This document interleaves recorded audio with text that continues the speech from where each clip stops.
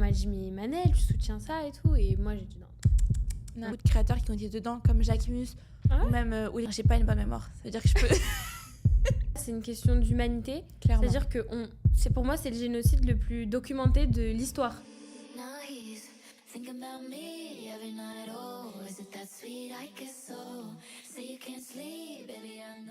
Coucou guys, aujourd'hui on se retrouve pour un nouveau podcast avec une invitée assez spéciale pour moi, Manel. Bonjour. Bonjour. Merci d'être présente avec moi aujourd'hui. Merci de m'avoir invitée. Donc Manel, elle est sur les réseaux depuis quelques temps quand même. Vous avez sûrement dû la voir sur TikTok, Insta, même à la télé.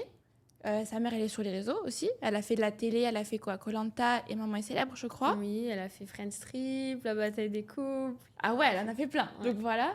Donc je t'en prie, présente-toi en quelques mots. Bah, du coup, moi, c'est Manel. Je suis sur, comme tu as dit, sur TikTok, Instagram. Et comme Myriam a dit, vous avez pu me voir à la télé aussi. Et accessoirement, je suis aussi une très bonne amie de Myriam. Exactement. donc toi, tu es sur les réseaux depuis quelques années quand même déjà. Oui. Ça fait combien de temps que tu t'es mise, genre, sérieusement sur les réseaux, on va dire?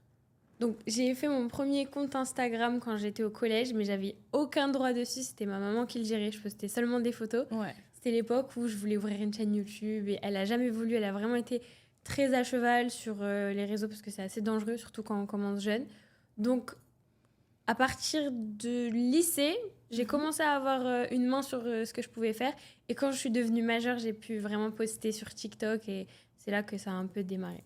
Et donc là, toi, tu fais ça à temps complet avec les études ou tu veux faire quelque chose plus tard J'ai pas envie d'en faire mon métier. Pour moi, c'est un plaisir parce qu'en fait, j'aime bien faire ça. Je me sens pas du tout forcée. J'aime bien partager avec ma communauté, ma vie, surtout à Dubaï, parce que on vit quand même une vie assez exceptionnelle. Donc, ouais, moi, je le fais juste à côté. Et si après, j'ai des opportunités, pourquoi pas, mais je me vois pas continuer dans ça plus tard. Donc, tu as pu voir clairement l'augmentation des abonnés que tu as eu. Ça a monté de plus en plus. C'est-à-dire que plus tu postais, plus tu avais des critiques.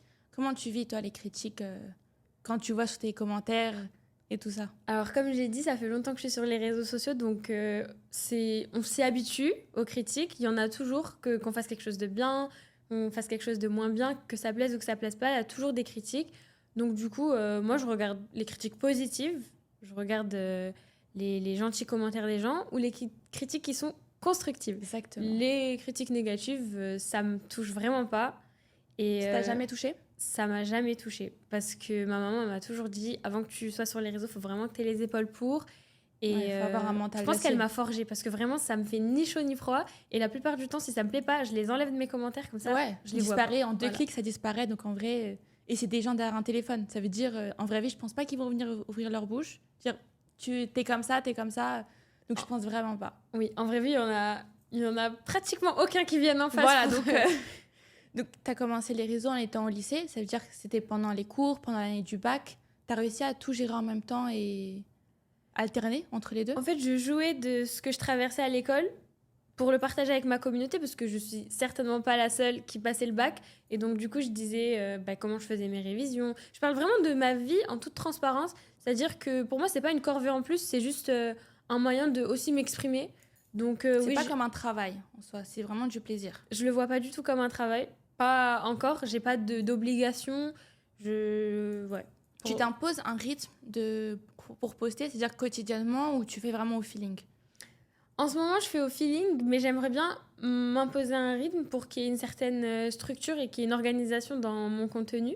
Si vraiment je veux que ce soit plus sérieux. Mais pour l'instant, c'est juste quand j'en ai envie, quand j'ai des choses à raconter. J'ai pas envie de me forcer et poster pour poster. Donc, T'as déjà eu des critiques envers tes amis qui pensent qu'il y en a qui disent oui, t'as la grosse tête, quand quelqu'un est sur les réseaux qui veut se lancer? T'en as déjà eu envers tes amis? Ceux qui disent que je fais la star et tout. Exactement. En vrai, non. Au contraire, on me dit que au premier abord, j'ai l'air super hautaine et que j'ai l'air comme ça. Mais quand on me connaît, on me dit que je suis beaucoup plus simple que ce que j'en ai l'air. Donc ça, c'est positif. Donc, on va parler d'argent si t'es OK. Toi, t'es monétisée sur TikTok, non? Oui, j'ai 2 comptes TikTok et je suis monétisée sur un des 2 comptes. Au début, t'avais un compte principal et t'as fait un compte privé qui était au début discret. Alors, j'avais un compte principal où je postais juste des playbacks. Donc, il faut savoir que sur les petites vidéos courtes, on n'est pas monétisé. Donc, c'était juste pour m'amuser, pour le plaisir. Et un jour, j'ai décidé de faire un compte et j'ai voulu en parler à personne. Même à tes amis, elles savaient même pas. à mes amis, je leur ai pas dit. Et je commençais à parler, je faisais des vlogs, des Get Ready With Me. Et dès le début, ça a commencé à percer rapidement. Et je faisais des 100 000 vues sur mes premières vidéos.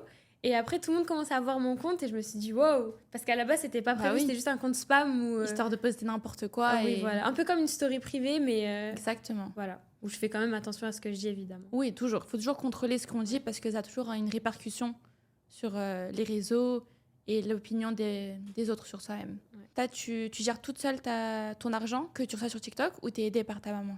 Je le gère toute seule.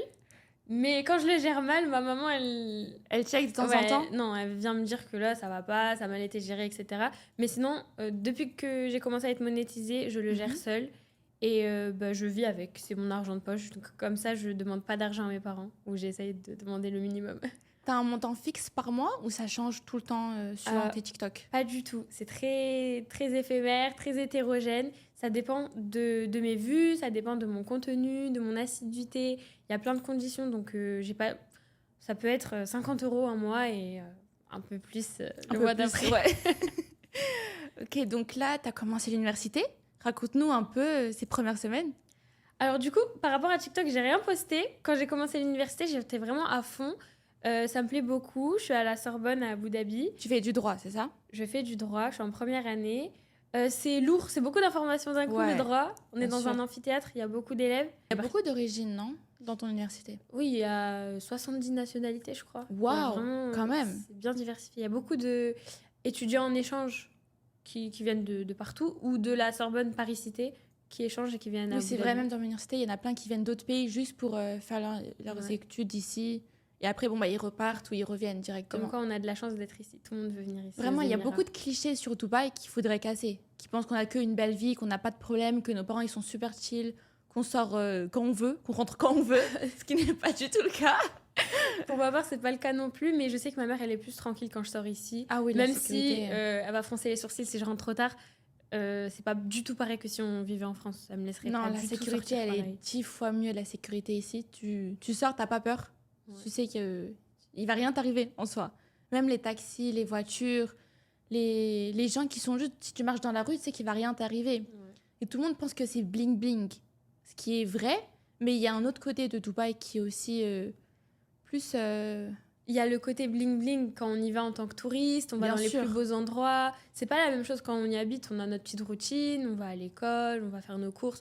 C'est deux modes de vie différents. Ouais, on a le même quotidien que des enfants qui sont en France, en vrai de vrai. J'irai pas jusque-là quand même. Je trouve qu'on a un décor magnifique. Oui, et on a aussi beaucoup de chance par rapport à eux. Et je dirais pas que c'est le même mode de vie, mais c'est peut-être pas aussi bling-bling que... Ouais, mais en soi, c'est la même routine dans le sens où on va à l'école, on a des devoirs, on sort si le week-end ou le soir, le vendredi soir, tout ça. Oui, évidemment, on a des règles. Exact. Après, ça dépend de l'éducation de chacun. Bien sûr. Tu gères bien le stress, toi? Ou pas du tout? De plus en plus, en vrai. Quand j'étais petite, je me ronge encore les ongles, mais quand j'étais petite, je me rongeais les ongles, j'étais une grande stressée. Là, crise d'angoisse? Je fais pas de crise d'angoisse, mais juste... Maintenant, j'arrive à relativiser. Je me dis, bon, c'est comme ça, c'est pas grave. En fait, vu que je me suis plus rapprochée de ma religion, etc., en grandissant, j'ai toujours été bien, mais là, je comprends mieux les choses et je me dis que tout est entre les mains de Dieu, donc pourquoi stresser? Plus on grandit, plus on comprend l'importance que ça a, la religion dans notre vie. Ouais. Quand on est petit, on comprend pas, on apprend des trucs, mais tu comprends pas forcément. Tu sais pas l'impact que ça peut avoir sur ton futur. Ouais, c'est vrai. T'as toujours été dedans, toi? Moi, alhamdoulilah, je suis dans une famille musulmane, j'ai toujours été dedans, j'ai jamais eu d'écart. Mais maintenant, je comprends mieux. Et on m'a jamais forcé, par exemple, à prier, etc. Et je le fais de moi-même parce que je me rends compte de l'importance que ça a. Et par rapport au fait que je sois pas voilée, que je me maquille ou la façon dont je m'habille, ça, j'ai énormément de critiques dessus. Et pourtant, ça me touche pas parce que tu sais que j'ai confiance en ma foi et c'est Dieu qui juge. Donc, tout ce que les gens disent, ça m'est égal. Ouais, tu sais qui tu es, t'as pas besoin que d'autres personnes viennent te donner leur avis pour dire ok, toi t'es comme ça, alors qu'en vrai de vrai, pas du tout. Oui. Puis dans tous les cas, un musulman, il juge pas. Il est bienveillant avec ses frères et ses sœurs. Donc, chacun devrait se préoccuper de son dîn.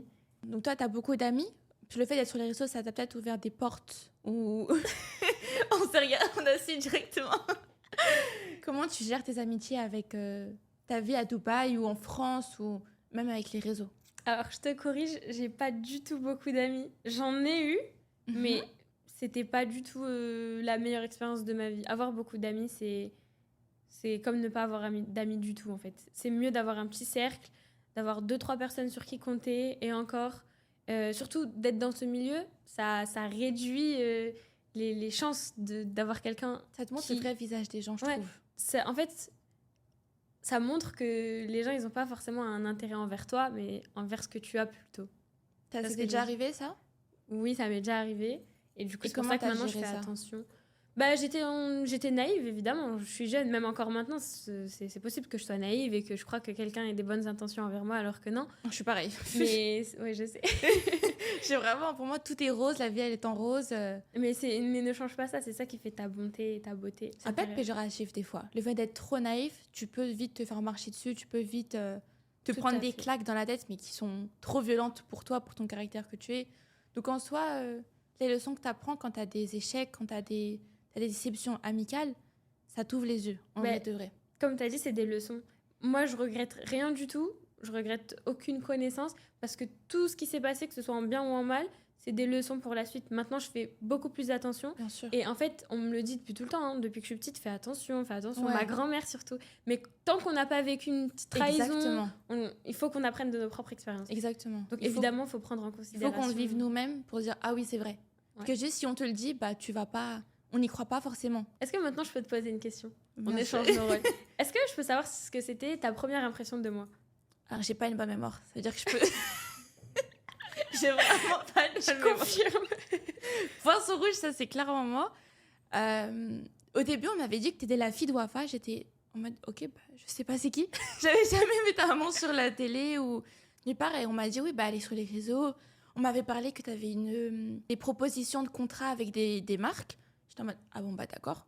Ok. Mais c'est fou. En soi, ça a rien changé sur mon opinion de toi. Parce qu'on peut être sur les réseaux, on peut être à la télé, on peut avoir fait plein de choses dans sa vie. Ouais. Ça ne fait pas la personne que tu es en soi. Comme on dit, on pense que tu es hautaine sur les réseaux alors que pas du tout. Tu es super ouverte. On me dit tout le temps ça. Tu es sur TikTok, ça veut dire que tu postes, tu m'as dit quotidiennement tout ce que tu fais. Est-ce que plus tard dans le futur ou dans un futur proche même, tu aimerais plus ranger entre guillemets tes TikTok, faire plus dans la mode, après faire dans les cours ou dans les outfits? Est-ce que tu veux continuer ou... Là, en ce moment, c'est vraiment aléatoire. Je parle vraiment de ce que j'ai envie de parler. Mais au fur et à mesure, je commence énormément à m'intéresser à la mode. J'aime beaucoup. Et si je devais choisir de collaborer avec certaines marques, j'aimerais tellement collaborer avec des marques de vêtements, de chaussures, parce que c'est des trucs que j'achèterais vraiment. Moi, bientôt. Et un truc sur lequel j'insiste, donc il y a plein de collaborations, bien sûr, de marques qui veulent me proposer des choses. Mais si c'est quelque chose que j'utiliserais pas vraiment dans la vraie vie, j'ai pas envie de le partager avec ma communauté juste pour gagner de l'argent, vous voyez. Ouais, ça va être fake et franchement, ça donne une mauvaise image. Ouais. Si ça a des mauvaises répercussions sur toi. Parce qu'il y a plein d'influenceuses qui font des collaborations de produits qu'ils mettent pas au quotidien, où les vidéos, elles sont mal faites. Et après, bah, ça a vraiment des retombées négatives sur eux. Ouais. Non, moi, je veux pas faire ça. Je veux même pas me lancer dans des mauvais produits ou arnaquer ma communauté. C'est pas du tout mon but. Mon but, c'est d'être vraiment la plus transparente possible. Ouais. Et saine. je considère ma communauté comme mes amis. Des fois, tu leur demandes des conseils dans des TikTok et tout ça? Je leur demande leur avis. Est-ce que vous pensez que c'est mieux ça? Mais c'est plus des choses superficielles sur mes décisions de vie. Évidemment, je veux pas me reposer sur ma communauté. Mais oui, j'aime bien échanger avec eux. Donc toi, on a dit que ta maman, elle a fait des émissions de télé-réalité. Donc t'es jeune à ce moment-là. T'avais quel âge à peu près? Alors, la première télé que ma maman a faite, c'était koh et j'avais 4 ans. Waouh! Et après, 2 ans après, elle a refait koh en 2012, donc j'avais 6 ans. Et je la voyais à la télé, je me rappelle, j'étais chez mes grands-parents et je disais oh, c'est ma maman, j'étais super fière. Tu comprenais l'impact que ça avait sur sa vie future, pour le coup? Pas du tout. Je me disais juste, ma maman, elle a la télé, quoi, dans ce star, cube lumineux. Non, oui, parce qu'après, quand ça a été diffusé à l'école, on commençait à me dire oh, j'ai vu ta maman et tout. Mais quand j'étais toute petite, je comprenais pas encore. Je trouve que c'est mieux que le fait que tu sois vraiment petite quand c'est apparu. Parce que quand plus ça aurait été au collège, tu aurais plus eu des critiques constructives où on aurait dit ah, mais ta maman, elle est elle est à la télé. Tu Bah, vois, quand tu disons, grandis que... koh c'était une émission sportive, c'est-à-dire que pour moi, je le considérais pas comme de la télé-réalité, donc c'était juste une Mhm. émission aventure. Et après, quand elle a commencé à faire de la télé-réalité, par exemple Friends Trip, là, j'étais un peu plus grande. Mais la plupart du temps, c'était pas des critiques négatives. Encore une fois, c'était juste j'ai vu ta maman à la télé, j'adore ce qu'elle fait, je Ça, la c'est vraiment regarde. bien. Est-ce que je peux avoir une photo? Est-ce que je peux avoir un Waouh! autographe? Quand on a commencé à me demander ça, je me dis waouh, c'est ma maman. Moi, je la Ouais. vois juste comme ma maman. C'est ça. Et donc après, elle a fait Maman est célèbre, c'est ça? C'est quand Oui. les caméras elles venaient chez toi et elles filmaient à peu près votre quotidien, non? Oui, donc là, on faisait tous partie de l'émission. Et ouais, donc là, on avait une petite production avec nous à la maison et on faisait nos séquences. T'avais du mal à vivre avec entre guillemets, vivre avec des caméras? Enfin, quotidiennement, on va dire. Bah, je me suis vite habituée. À cette époque-là, je voulais trop être actrice. C'est-à-dire, Oh, je wow. voulais trop vivre pour les caméras. Mais non, j'avais pas du mal. Mais à un moment, parce qu'on l'a fait pendant longtemps, ça prenait du temps de mes activités extrascolaires, on va dire. C'est-à-dire que le week-end, je voulais sortir. Et non, on pouvait pas parce qu'on avait tournage. Mais ça reste quand même une bonne expérience. Si je devais le refaire, je sais pas, je sais pas. Donc, on a parlé des partenariats que tu faisais, qu'on te proposait. T'as déjà refusé des marques qui t'ont proposé? Oui, plein. Mais Pourquoi? ça, c'est grâce au conseil de ma mère. Bien Parce sûr. que avant je me disais, oh my god, il y a une marque qui m'a contactée. Bah oui, Trop bien, je fonce. les débuts, Mais bien ma mère, sûr. elle m'a dit, tu sais pas ce que c'est, tu sais pas si c'est de la bonne qualité. Les gens, ils vont l'acheter, ils vont dire, oh, je l'ai vu dans la story de Manel. Non. Donc, je pense que grâce à ces précédentes expériences, ma mère, elle veut pas que je refasse les mêmes erreurs. Peut-être qu'elle a eu des partenariats qui n'ont pas été très fructueux. Donc, du coup, maintenant, je lui demande, à chaque fois que j'ai une proposition, je lui envoie, je lui transfère. C'est un peu comme mon agent par rapport à ça. Bien Et sûr. donc, quand elle voit que c'est une collaboration intéressante, je l'accepte. Et si c'est pas intéressant ou que c'est pas rémunéré, juste des cadeaux comme ça, j'évite. Parce que j'ai quand même une certaine communauté, j'ai pas envie qu'on exagère Bien sûr. voilà. Toi, tu devrais Ok. faire que des collaborations dans tes réseaux sociaux. Tu sais, il y en a plein, ils sont toutes les stories que tu vois sur Insta, bah, c'est beaucoup de collaborations et très peu de vie personnelle. Non, parce que je sais que les gens ils skippent. Ah, même nous, on skip. Si, ouais, je le sais parce que même moi, quand je Exactement. suis des influenceuses, j'aime beaucoup leur contenu, j'aime beaucoup comment elles s'habillent. Quand je vois qu'il y a trop de placements de produits, je skip. Parce que si c'est pas moi la cible du placement de produit, ça me Exactement. concerne pas. Ça sert à rien Surtout quand c'est regarder. du vu et revu, des marques, tu sais, que tu vas chez tout le monde, bah à force, bah t'as plus envie Ouais. d'écouter. Très Après, clairement. ça veut dire que c'est un bon travail de la part de la marque. Si on les voit chez toutes les influenceuses, ça veut dire que ça C'est marche. sûr. Tu as dit que tu aimais vraiment la mode et tout ça. Est-ce que tu as déjà refusé des marques par rapport au conflit israélo-palestinien, par rapport au boycott, qui peut-être soutiennent un parti qui n'est pas le tien? Alors, j'ai déjà travaillé avec une marque. Et On après, dit le nom, on dit pas le nom. on ne dit pas le On nom. dit pas le nom. Et après, j'ai appris que ils faisaient travailler des travailleurs dans des mauvaises conditions. Comme les Ouïghours? Ouais. Ok. Et même, on ne sait pas où l'argent Bien va, sûr. c'est des grandes franchises. Du coup, après, ils m'ont proposé d'être leur ambassadrice. C'était une trop bonne Wow. opportunité et tout. Et j'ai refusé parce que je voulais pas être l'égérie de Tu ça. l'as fait après, toi? En fait, au début, je connaissais même pas la marque quand j'ai collaboré avec eux. Et dès Mhm. que j'ai commencé à faire la publicité pour leurs produits, on m'a dit, mais Manel, tu soutiens ça et tout. Et moi, j'ai dit, non, on va pas Finito. réinitialiser Ouais. le contrat, on va pas refaire. Et c'était même pas réinitialiser le mot. On va pas réitérer. On va pas réitérer le contrat. Et du coup, j'ai pas recommencé. Tu vois, ça fait partie d'une petite bêtise parce que je Bien savais sûr. pas. Et du coup, après, j'ai pas voulu être leur ambassadrice. Et Pourtant, de- c'était une bonne c'est une opportunité. bonne marque. Et donc, depuis, tu fais attention avec qui tu travailles par rapport à tout ça? Vraiment, j'envoie tout à ma mère. Je prends aucune décision seule. J'accepte aucune collaboration seule. Faut savoir que si les marques veulent collaborer avec moi, ça passe par ma maman. Toujours. Toujours. C'est elle le plus important Voilà. dans l'opinion. Donc, depuis quelques mois, on parle du conflit israélo-palestinien. Toi, tu as pris parti, enfin, tu l'as dit à voix haute, on va dire, sur tes réseaux et tout ça, ou pas du tout? J'ai partagé énormément de choses. Je suis pro-Palestine à 100%. Et du coup, oui, j'ai essayé de... On a fait des dons, etc. C'est pas des trucs qu'on partage forcément parce que on le fait pas pour le montrer aux gens. Mais on fait pour aider. Parce que vraiment, c'est critique. Pour la toi, c'est situation. important qu'on sache que les gens qui te suivent sur les réseaux sachent de quelle partie tu es? Ou... Oui, parce que je veux pas qu'il y ait d'amalgame ou qu'on pense que je soutiens Israël alors que c'est pas le cas. Mais tout ce que je fais en off, qu'on fait avec ma famille, tous les dons, ça c'est pas important. Bien sûr. Mais Ça sert à rien de le montrer. je le dis haut et fort, je supporte la Palestine et Free Palestine. Pour toujours. Toujours. Toi, dans tes amitiés, tu as déjà eu des conflits par rapport à ce conflit depuis que ça a commencé, enfin, depuis qu'on en parle réellement, parce qu'on en parle depuis quelques mois, mais ça dure depuis des années en vrai de vrai. Tu as déjà eu des avis négatifs par rapport à tes amis qui sont peut-être de l'autre partie, du côté israélien, donc tu ne supportes pas? Dieu merci, sujet sensible, mais Dieu merci, mes amis les plus proches supportent la Palestine.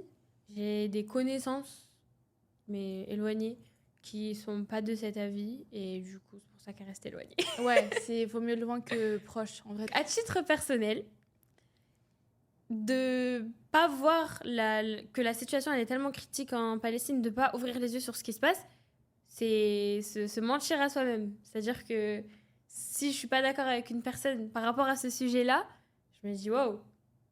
Même si on essaie de pas trop parler politique et tout, enfin quand on est avec quelqu'un, ça. Pour moi, c'est important d'en parler parce que le fait que les gens qui disent qu'ils sont neutres, c'est avoir un voile devant les yeux et négliger la vérité. Alors qu'on a 10 milliards de photos et d'images qui te montrent ce qui se passe pour ce conflit, mais comme pour d'autres conflits qui se passent dans le monde. Pour moi, c'est important quand même de prendre un minimum de parti. Surtout que nous, en tant que musulmans, en tant que personnes d'Afrique, donc d'Arabes. En passant outre la religion, là, c'est une question d'humanité. Clairement. C'est-à-dire que pour moi, c'est le génocide le plus documenté de l'histoire. C'est-à-dire que maintenant, on a des photos, on a même des vidéos, on a des témoignages. Et là, on voit la situation réelle. On voit que c'est des enfants aussi qui sont touchés, des familles. C'est-à-dire que même s'il y a un conflit, là, ça touche des enfants. C'est-à-dire que là, tout ce qui est politique et tout, ça doit être de côté. On parle d'humanité, c'est-à-dire que tout le monde devrait être pour sauver ses enfants, sauver cette population. On s'en fiche d'où est-ce qu'ils viennent, en vrai de vrai. Tant qu'il y a des enfants qui entrent en jeu, comme tu l'as dit, on doit prendre parti, on doit aider du mieux possible qu'on peut. Tout le monde ne veut pas aider à la même échelle, bien sûr, ça c'est compréhensible. Mais des fois, même un post sur Insta, même une parole, ça peut aider, même un don de 10 centimes. Ça fait la différence pour certaines personnes et c'est important de montrer l'exemple, en vrai de vrai. Pas forcément de tout exposer, comme tu as dit, ce qu'on fait personnellement chez soi, mais de dire, je suis pour ce parti-là, je soutiens. Et ceux qui sont pas d'accord, pour moi, personnellement, ceux qui sont pas d'accord avec moi, qui sont pro-israéliens, je vais les nexter de ma vie. Parce que c'est-à-dire qu'on n'a pas la même opinion, on s'en fiche de la religion dont ils sont. Juifs, français, chrétiens, musulmans, bouddhistes, comme tu as dit, c'est de l'humanité. Ça veut dire, si tu vois des choses, agis en conséquence, mets la parole dessus, et voilà. Donc, tu m'as posé une question sur l'université. Est-ce que moi, je peux te poser une question, toi? Comment ça se passe? Est-ce que ça te plaît? Est-ce que tu as l'impression d'être dans la bonne voie, sur la bonne voie? Donc, ça fait depuis quelques années quand même que je veux faire de la mode. J'ai toujours eu peur, parce que c'est pas un métier... Enfin, il y a beaucoup de métiers, mais moi, je me suis toujours dit, ok, je veux créer ma marque de vêtements. Mais dans le futur, ça peut marcher comme ça peut ne pas marcher. Et on sait très bien que l'argent, ça a un gain quand même, c'est important dans la vie, de n'importe quelle manière. Donc, ça m'a toujours fait peur, mais je me suis dit... J'ai toujours voulu me dire, le matin, quand je me réveille plus tard, je veux aller faire au travail. Je veux aller au travail, je veux faire ce que j'aime. Donc, je me suis dit, il faut que je fasse des études qui me plaisent. Et au lycée, j'avais des spé qui n'étaient pas faites pour moi. C'est-à-dire que j'aimais pas travailler, j'aimais apprendre, mais pas travailler. Ça veut dire que j'aimais pas tout ce monde-là. C'est-à-dire que là, maintenant, je suis dans une école de mode. Alhamdoulilah, dans une des meilleures, parce qu'il y a beaucoup de créateurs qui ont été dedans, comme Jacques Mus, ou même Olivier Roustin, qui fait partie de Balmain. C'est-à-dire, je me dis que ça peut m'ouvrir énormément de portes. Même l'un de mes directeurs, il a travaillé chez Calvin Klein, il a eu énormément d'opportunités dans sa vie. Donc je me dis, ça peut m'ouvrir des portes. Peut-être pas en tant que styliste, peut-être pas en tant que créatrice de mode, mais dans tous les cas, j'aurai des connaissances, j'aurai un diplôme, et ce sera quelque chose qui va toujours m'apporter un plus dans ma vie, qui va m'aider dans ma vie, et qui va me plaire. Et quoi qu'il en soit, au moins tu auras des bases, même si tu veux te lancer seule après. Exactement. Tu sais comment faire, créativité, etc. Exactement. J'ai toujours eu peur de ma créativité parce que je ne l'ai jamais explorée, on va dire.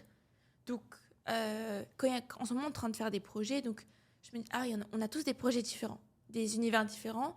Je me suis toujours comparée aux autres, mais je me dis, la mode, tu ne peux pas comparer.